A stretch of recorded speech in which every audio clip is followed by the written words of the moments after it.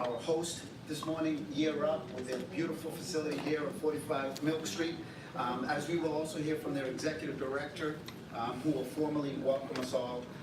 Year Up, by the way, as a side note, is not only our host this morning, but they are also one of a number of different programs that we as a commission found as best practice scenarios that can and should be used as a best practice model to prepare more Latinos. And actually, it's a diverse group that they work here with for successful employment. So a big, big shout out to them.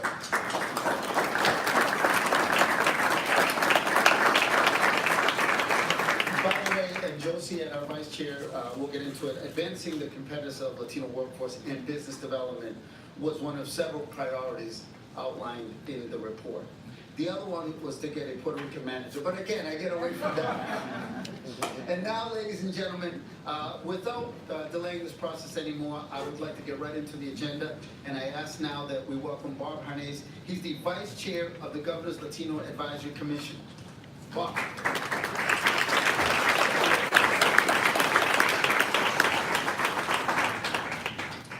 Thank you for the introduction. I want to thank you for being here. But first, I want to start off by thanking Bob Dave. Thank you for hosting us here. Thank you for having us here. It's no coincidence that we're here where we are today. This is an organization that helps young people. This is an organization that helps young people achieve. I'm familiar with that. As you know, we spoke about Massasoit. These are important. The young people nowadays are important. It's up to us to make sure they can achieve. They're underserved, but they're overly qualified. We need to make sure they excel. Governor, thank you for allowing us to serve on this commission. When Executive Order 577 was signed by you, it instructed the LAC to move forward in order to learn what the needs of the Latino community were. Governor, by signing this executive order, you set into action the writing of a report. We will all hear about the report later, and I know that the order come in years to come with your initiative. What this, I'm going to strike that, I apologize. What this report will do will have a long-standing effect on the community. It'll have a long-standing work for the community to move forward on. The commission attended many listening sessions throughout the state, from Springfield to Boston. We were in Springfield, Holyoke, Lawrence, Worcester, Chelsea, and Boston. At these listening sessions, the LAC was committed to make sure people not only were able to speak, but were heard. And that is what we did. Listen and heard. For me, it was a great, great learning experience. As a commission, we were able to hear issues that we would not have been able to, or maybe have not been aware of, but for the fact that government allowed us to do that, it allowed us to crisscross the state. What I want to do right now is thank the commission. These are people that volunteered to go out there and listen. These are people that volunteered to go work hard at nighttime. While everybody got to go home, they travel and crisscross the state. So what I'd like right now is for the commission to stand up.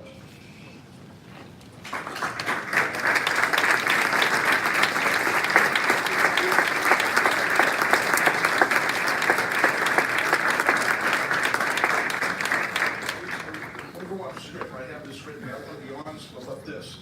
These are people that are committed. They're committed to help their communities. They're committed to learn about their communities, and they're committed to go move forward in the next coming years with the criteria that we have, with the agenda we have, and the assistance we're going to be able to provide. So again, personally, I learned a lot this year, but I learned a lot not only from listening to the community, but listening to see the work that people on this board did. So thank you very much. Also, as a commission, I want to thank the secretaries. There was Secretary Pizer, Secretary Costa, and all the other secretaries. Now, we know they're incredibly busy, and they're out there, they're working on every day, and I know the governor works them hard. But they were able to attend both meetings with us, with the BAC, the LAC, and the community. And at times we met both the joint BAC and LAC, and it was incredible to make themselves available. So, for the secretaries that are here, I want to thank you. It's greatly appreciated. The commission also had a number of roundtables. 4. Partners Healthcare, Eastern Bank, at the State House, and at the Demet Center. At these roundtables, the commission was able to hear from community business leaders. It was another great opportunity for the commission not only to listen to community leaders and business people who are the experts, but to share ideas with them. For this reason, the community leaders and the business people had a great input in this report, and for that, I want to thank you also. Two people I also want to thank, State Reps Frank Moran and Carlos Gonzalez, for their willingness to be part of the report and their input as they see the needs of the community they serve daily. See, we went out there to learn what the communities need. They live it every day, and I want to thank you for that opportunity. Another group that I want to thank, they're not here. We'll probably never know their names, but we dealt with them as we went out in the public. We met with them, we heard from them, and that's the communities. They're not here to thank, but you know, they are the foundation of this program. They are the foundation of this report. I will tell you, in order to get this done, there was two people behind us that worked really hard. That's Habis and Tony. And this commission,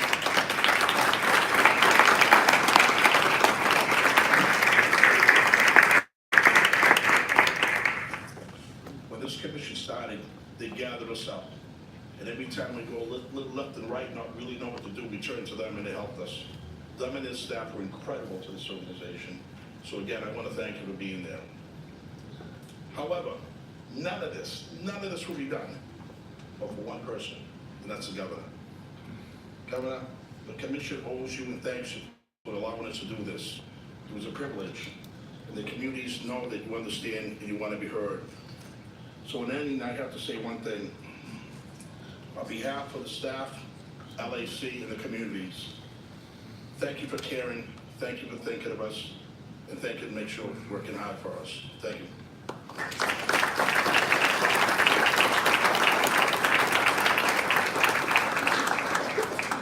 Now, as I mentioned earlier, we would like to have our host come up and say a few words. So I'd like to have the executive director here at Year Up Greater Boston, Bob Dame, come up. Bob, where are you? Oh, you're right in front row.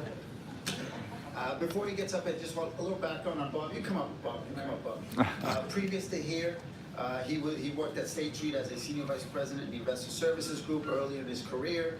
He also managed and worked in the global business unit as managing director of the Australian Investor Services business and chief operating officer of Asian Pacific. He has been active with Year Up as a mentor and a volunteer for many years before actually joining the organization. So, Bob.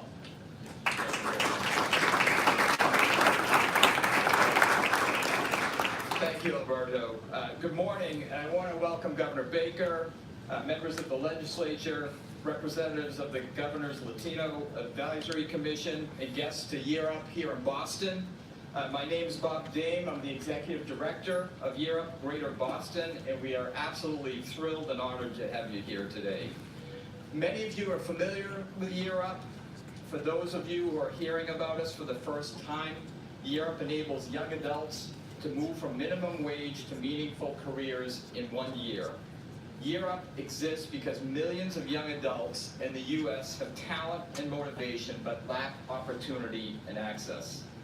And at the same time, companies have opportunities available but can't find the workers they need. And it's that gap, that opportunity divide, that we aim to close. In Massachusetts, 560 students a year go to one of Year Up's campuses in downtown Boston, here, in Roxbury, at our Roxbury Community College site, or at our Quincy site, where we partner with State Street. These young adults attend 6 months of intensive study where they learn professional skills, professional behaviors, and technical skills, and then they spend 6 months at a professional internship at top employers like State Street, Harvard University, Partners Healthcare, and Eastern Bank, all of who are represented here today, applying the skills that they've learned. And during that year with us, students earn academic credit recommendations towards a degree as well as a stipend of $900 a month to help them focus on their future. We're delighted not only to host the event today, but also to be mentioned in one of today's policy recommendations. The Commission wrote that it would like to see Massachusetts expand the number of Year Up internships in STEM fields to more Latino students in the state, and we agree. Our goal is to be able to serve 1,000 students per year in the next 5 years. We teach information technology, software testing, and just added cybersecurity this fall.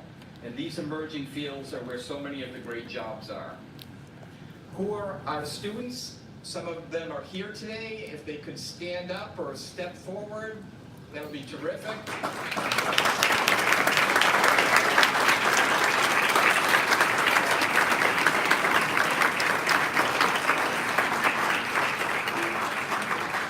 If you get a chance, please say hello to them. And here's some of the jobs that these particular students have had up to this point. Uber driver, security guard at Mission Park, clerk at Sunglass Hut, server at a bakery, counselor at the YMCA, and fast food server.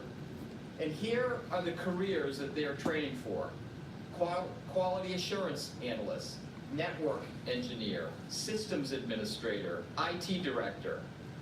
These students have the smarts, desire, and the work ethic, and now they are preparing for careers that will properly reward them for these qualities. And I can't tell you how honored I am to work with them every day. They are truly an amazing group of people. We appreciate the work of the Latino Advisory Commission. We agree that improving educational performance and pathways, advancing the competitiveness of the workforce and businesses, and welcoming immigrants to Massachusetts are key to focus on. 35% of our students are Latino, and we see them thrive after attending our program. So thank you for recognizing the tremendous talent of our young people here in Boston and across Massachusetts. They are hungry to succeed.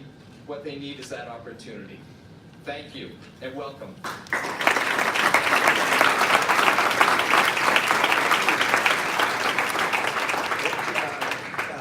The chair and I were actually just looking. You've done a great marketing job, because if there's one thing that I'm going to leave here today, is that young adults are the solution. So that's a great tagline. So I'm glad you recognize us. Anyways.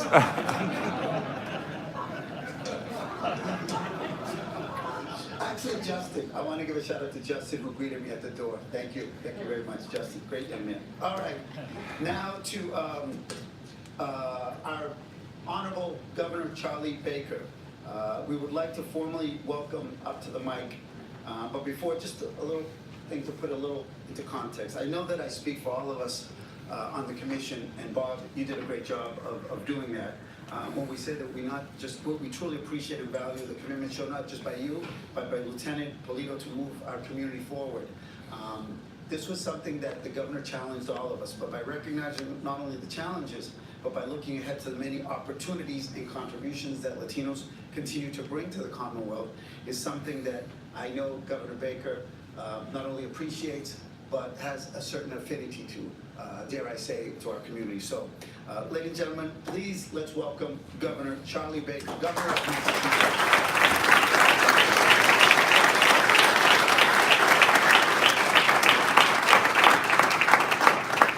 So first of all, I just want to say thank you to the folks who serve on the commission, and I fully expect that there will be additional work that you folks will do going forward. If you think this is the end of your task, I would prefer to think of it as the end of the chapter associated with your task, and we look forward to some of the follow-up work that you'll do on a series of other issues as well. And I do want to give a special thanks to Josie Martinez and to Bob Harness for the work that they've done co-chairing this. It's a lot of work, and you both have full-time jobs and families, and we're really appreciative of the fact that you ignored them for the past year to work on this. Thank you.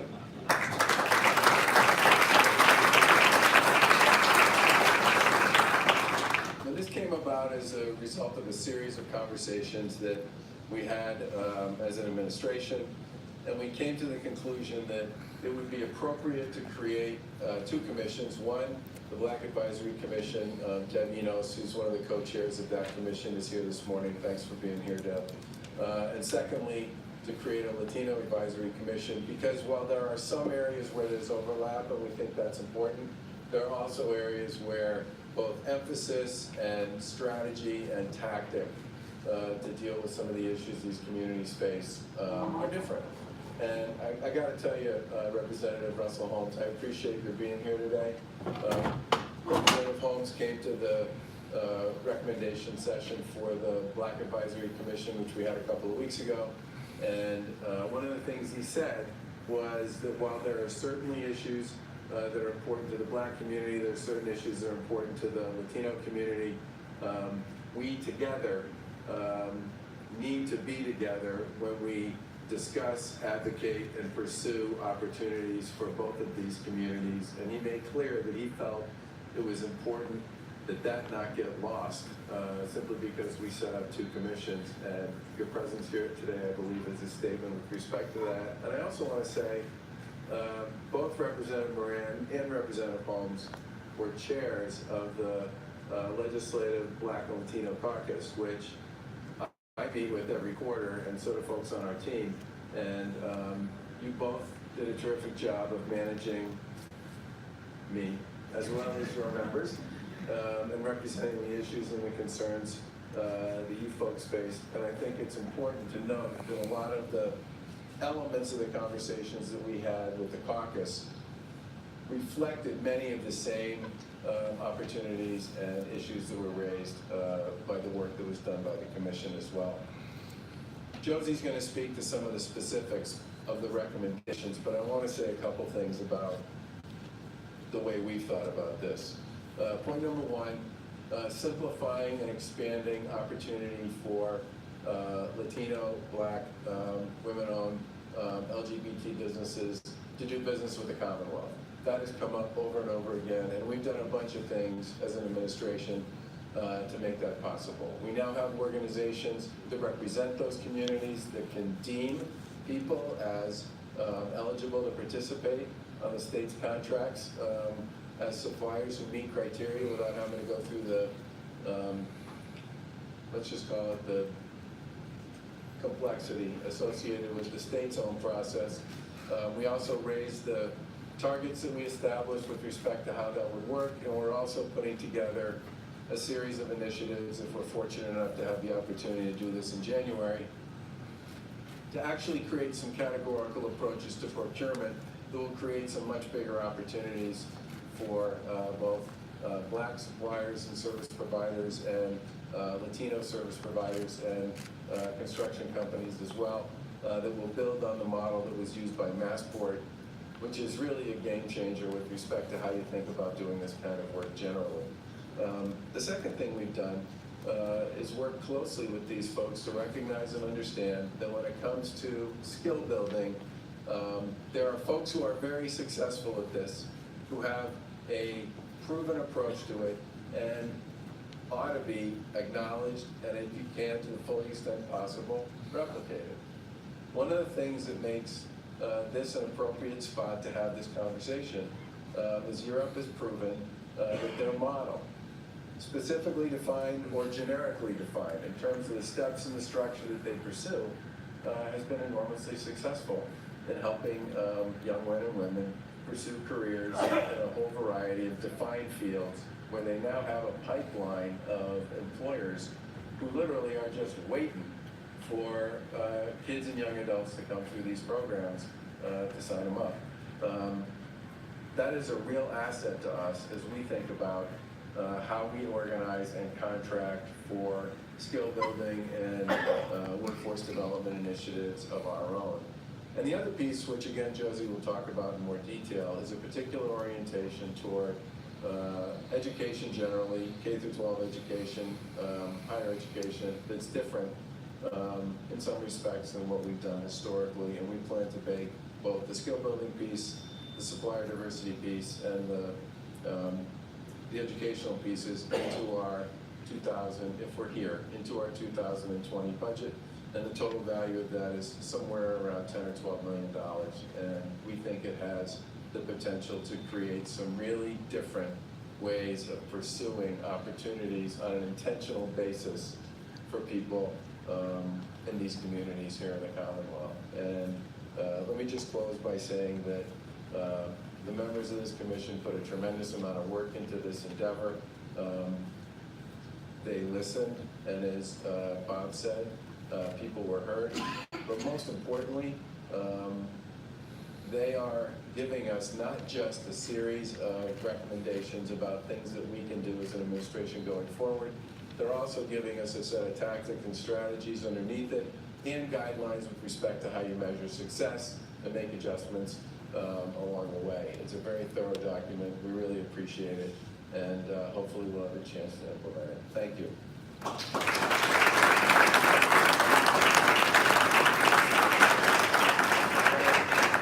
Just want to say that I met Alberto 11, 12, 13, that was 2003, wasn't it? 15 years ago. How come you look the same and I don't? There was a young students, Latino students success night at Fenway Park that was sponsored by Omundo, and Harvard Pilgrim was also one of the sponsors. So we met out on the field, and one of the players came out to participate in this event, and the photographs and all the rest, and it was some guy who'd just been traded to the Red Sox from the Twins named David Ortiz. All I really remember about him is when he shook my hand, his fingers were up here somewhere. And he seemed like a really nice guy, and it never occurred to me that that was the moment when I should have gotten the picture. But later on, I would have been able to say, I knew David Ortiz before he was Big Papi.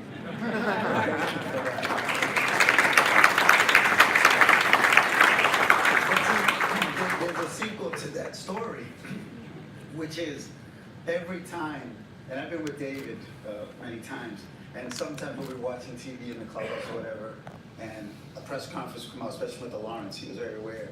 And he looked up one day and he saw Governor Baker up doing a press conference, and then he said, same thing he said, but a little different. He goes, and just to think, I knew that guy when he was a nobody. So it's both ways.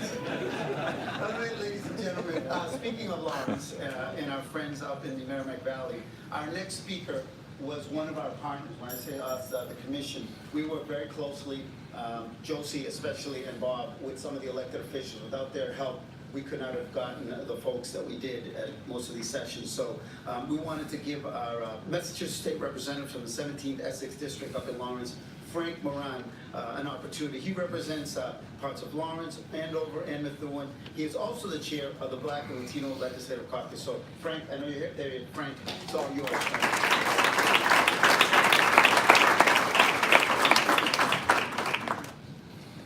In the spirit of baseball, I make sure I wear my tie today.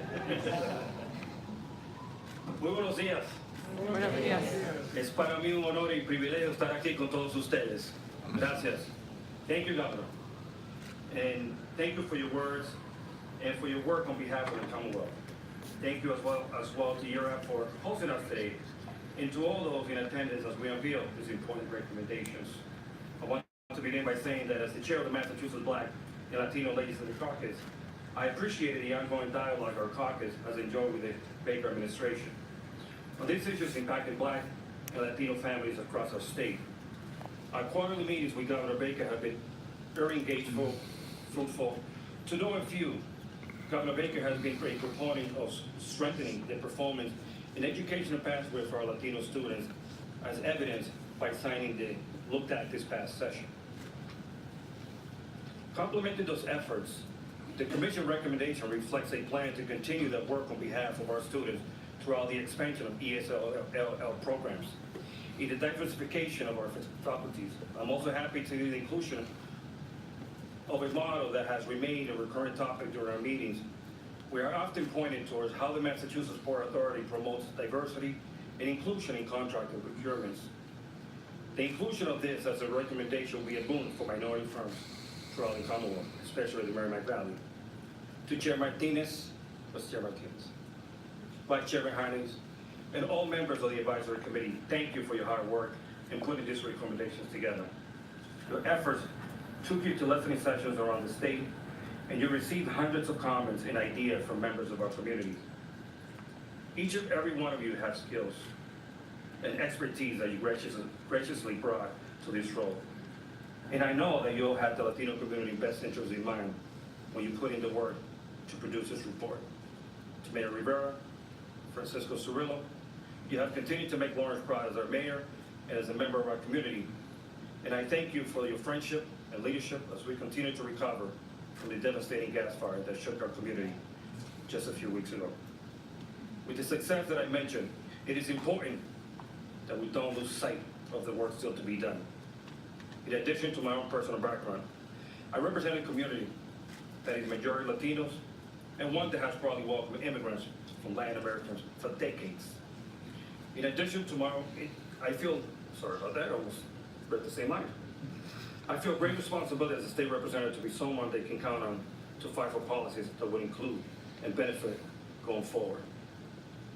Goals of increasing the number of Latinos serving as state employees in leadership roles, ensuring access to capital and technical support for Latino-owned businesses, and expanding ESL opportunities for our children and adults are all admirable recommendations. Now, it's up to all of us to hear these recommendations and to put them into action.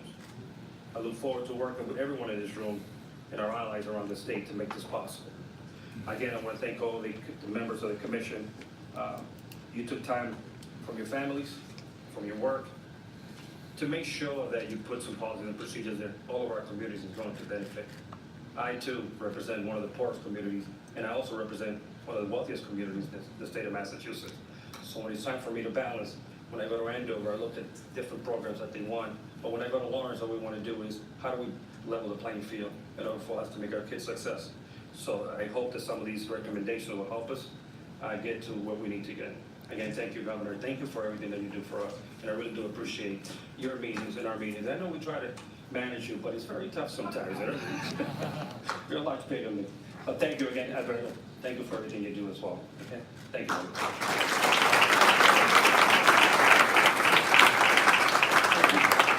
Thank you, Frank. We will now hear from your counterpart, your colleague in the Massachusetts State Legislature. Carlos Gonzalez is someone who I've known for many years. He is now the state representative for the 10th Hampton District in Springfield. But I remember Carlos in 2004 when he founded the Massachusetts Latino Chamber of Commerce, where he served as president and CEO. He was also president and CEO of Nueva Esperanza, which, if you don't know, it was a financially strapped agency back and then, and he established it as an organization, as a very powerful community champion of the poor out in Western Massachusetts, and I've been following his career. In 96 to 2004, he served as the first Hispanic aide to the mayor in Springfield. He also worked as a legislative aide for State Representative Steve Bonaconti in 2004, and a great partner for us up in Western Massachusetts. Carlos Gonzalez.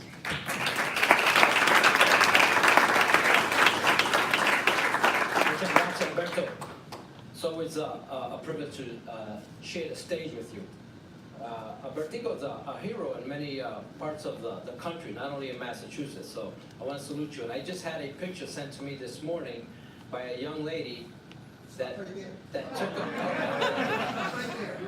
took a picture at one of the events that you sponsored and we helped out from Springfield with Alex Cora. And what a great tribute to that young lady today to share that picture. So thank you. I too stand as a state legislator to congratulate and the commission and the hard work. Bob and Josie, thank you for your leadership in this arena. And to our Western Mass Governor, Carlos Baker, which we call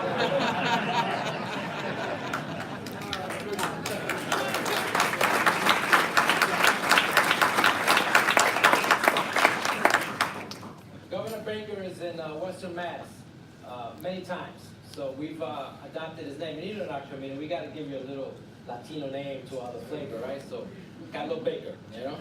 And now they're probably going to call me Charlie Gonzalez. So, to the Latino Advisory Committee, the Latino Advisory Commission is an example of leadership in action. I want to salute Governor Baker for his willingness to better understand the Latino community and its needs. The Latino Advisory Commission is composed of some of Massachusetts' best and brightest minds that just happen to be Latino. And I hope that sinks in. Because as I look at the words back here, again, I see words of path to success. I see words of learn to build trust.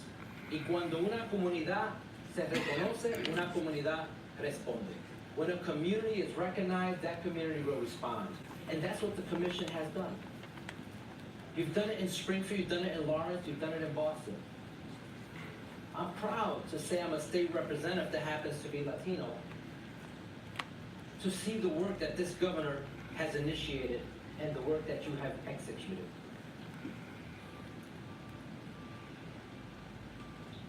You know, when we build trust in a community, we'll go a long way.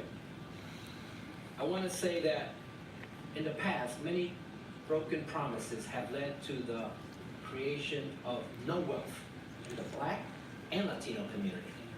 False promises in urban renewal, false promises in studies that have been shelved,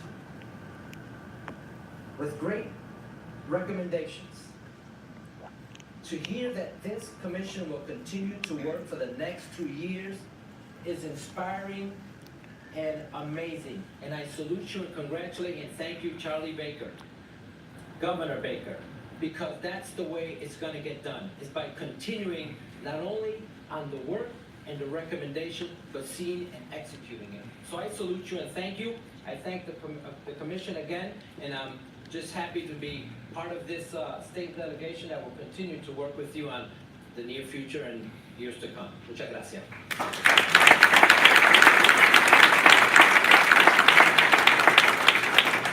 Thank you, Carlos. Well, I'll call you Charlie then. I'll call you Carlos, call you Charlie. We are going to round this off with really the overview and the main reason why we're here today. As our chair, our manager, our team leader, who kind of led us all along this journey, and who was our voice with the governor and the administration. She was our link. She was the one that we looked to when we had questions, and did a fabulous job. I'm very proud of her. Let me give you a little background on her. She does not want me to give any bio, but I thought it'd be appropriate just in the context. Our chair of the Governor's Latino Advisory Commission is Josie Martinez.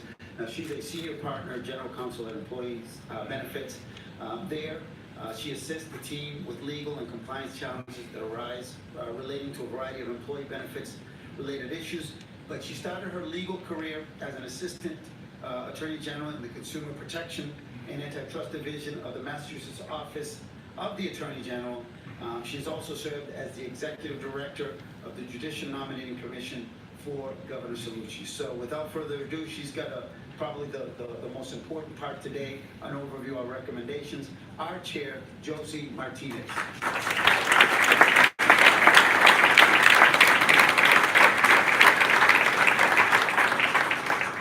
Thank you, Alberto, for that unbelievable introduction, but I said no bios, but I'll let it go. And by the way, before I walked in here, Alberto said I was the closer. So apparently I'm expected to be like a Sox closer. Craig Kimbrell, yeah, right? No pressure though. Anyway, good morning, buenos dias. Thank you, Bob, also for your partnership as Vice Chair of the Governor's Latino Advisory Commission. You have been a great co-pilot, except for all the bad jokes that you do at the meetings. But you've been with me every step of the way, so thank you so much. Bob Dame, thank you, and Europe, Greater Boston, for hosting us today and for your support of the LAC's mission and work.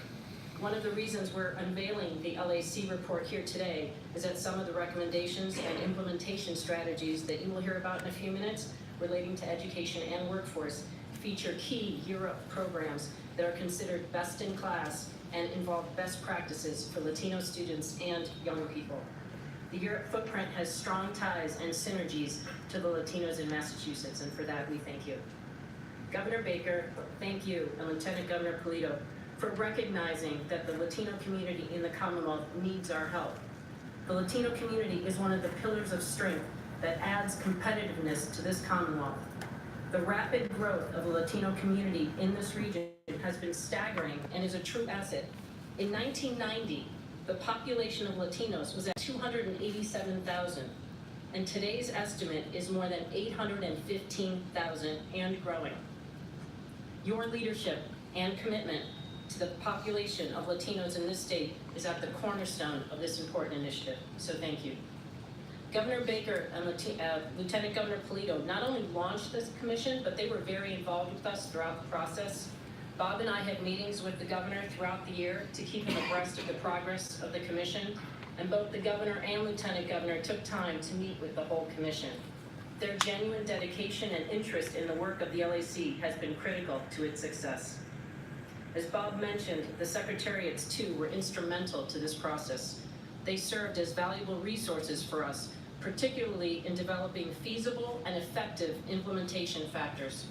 For all of their support and guidance, we are very thankful and appreciative. It has been undoubtedly a collaborative effort. I must give enormous thanks to Deb Enos, Chair of the BAC, the Black Advisory Commission, and Robert Lewis, Vice Chair of the BAC, for their partnership and guidance. Deb and Robert started the BAC process 6 months before us, so to that extent you were the guinea pigs. Thank you. The BAC and the LAC collaborated on a number of components in 2017 and 2018. The chairs of both commissions held various meetings to develop similar paths and methodologies to determine priorities, recommendations, and implementation strategies. The chairs also met with several secretariats. The commissions co-hosted joint roundtables with content experts and industry leaders on key topics covering education, workforce, business, and healthcare. The commissions acknowledged a number of synergies on issues, challenges, and prominent priorities within the Latino and Black communities across the Commonwealth. Similarly, the solutions to address many of the challenges are the same or can be addressed together, while also differentiating in some ways. Bob and I learned much from them, and our working together made for a better, more efficient, and effective process. Thank you, Deb and Robert. Thank you, Habez, Tony, and the entire staff. Unbelievable amount of work and coordination and support. We would definitely not be up here today if it were not for you guys. Thank you so much. And last,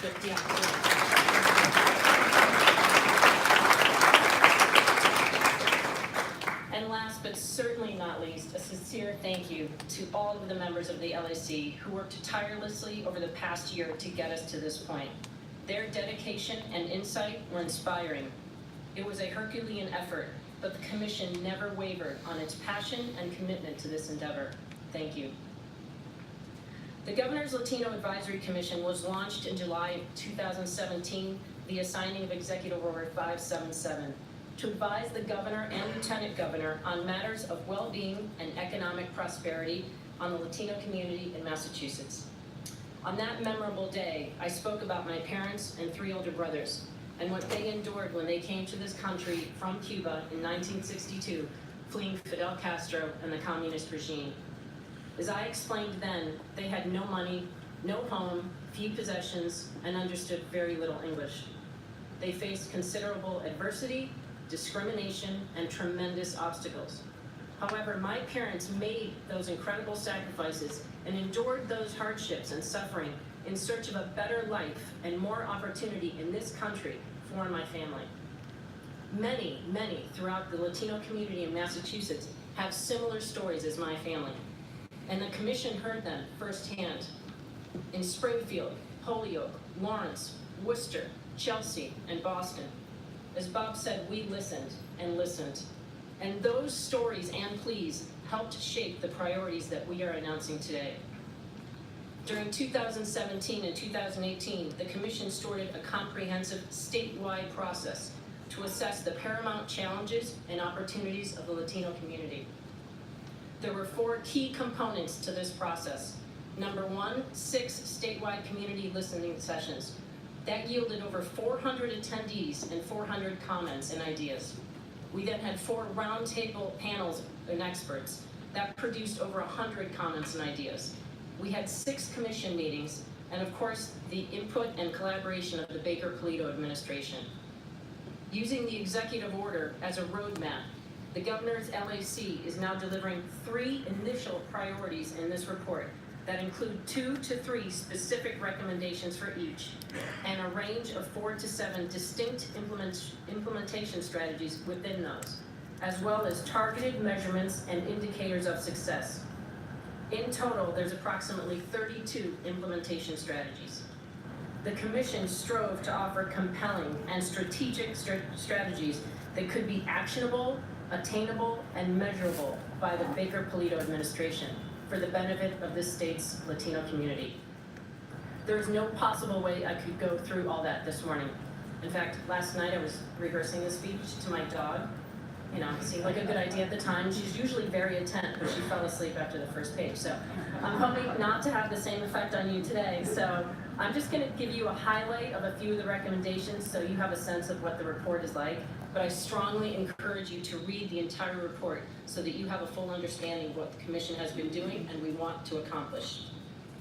The first priority, improve the educational performance and pathways for the success of Latino students.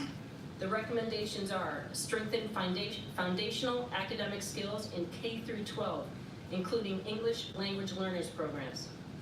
Second recommendation is to strengthen and expand college and career pathways for high school and secondary education students. There are 9 implementation strategies for those. 3 of those are ensure alternative English language learner programs are research-based with well-prepared teachers. Launch a multi-pronged campaign to recruit, train, and develop teachers of color and diverse school leaders. Finally, improve early literacy curriculum and instruction to ensure reading proficiency by the 3rd grade in low-income communities. The goal of these initiatives include doubling the number of Latino teachers, increasing by 50% the number of Latino students reading at grade level by 3rd grade, and increase the college completion rates of Latino students by 10 percentage points. The second priority is to advance the competitiveness of the Latino workforce and businesses.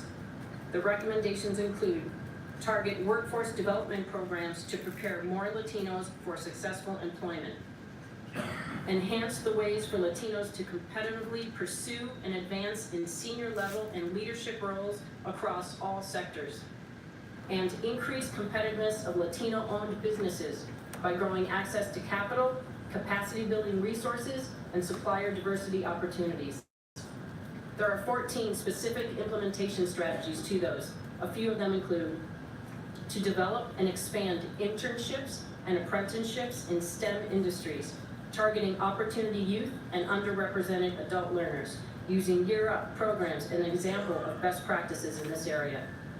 Invest in leadership talent development programs that increase the pipeline of Latino employees who are increasingly ready for next level promotions, like early leader programs, new manager programs, and senior leader development programs. Increase the collaboration between state agencies and business support organizations to increase targeted outreach to ensure that Latino-owned businesses are aware of the various business tools and resources that are available for their region or in their business sector. Some of the indicators of success include increasing the strategies to collaborate with the private sector to engage Latino professional associations, greater employment placement rates for Latinos by these programs into the STEM sectors and trades, and increase in the number of Latino-owned businesses that compete and win state contracts. Finally, our third priority is to continue to make Massachusetts welcoming for immigrants. 2 recommendations: improve and expand programs for ESOL, or English speakers of other languages, and expedite reciprocity parameters for cross-state and international professional licenses. Second, assist eligible immigrants in applying for citizenship and other financial literacy training for immigrant families.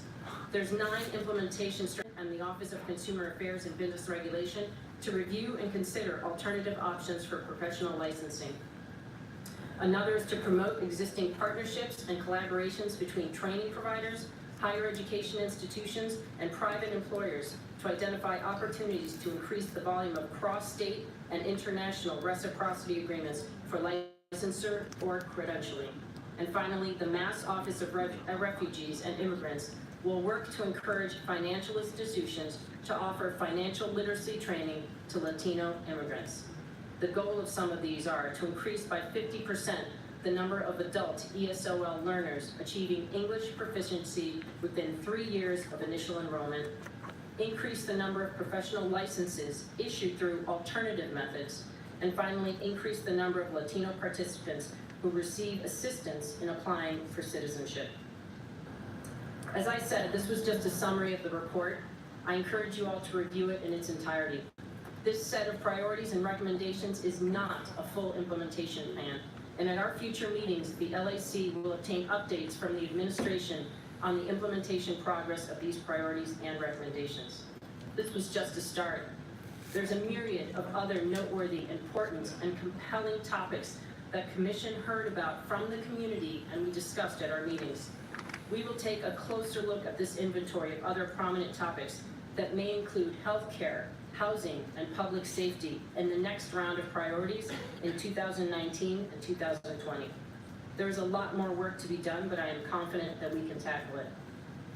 While this set of recommendations is provided to the state, we are also keenly aware that many can be leveraged by other public entities and the private sector. We stand committed as a partner to the public and private sectors on any aspect of this and other efforts that support the Latino community. In closing, I'm grateful that Governor Baker and Lieutenant Governor Polito launched the Latino Advisory Commission.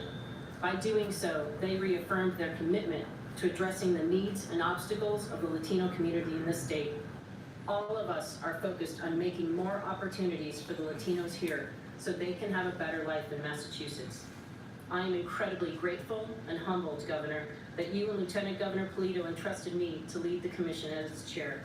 And I look forward to continuing to work with my Vice Chair Bob and the rest of my commission members going forward. Gracias. Thank you.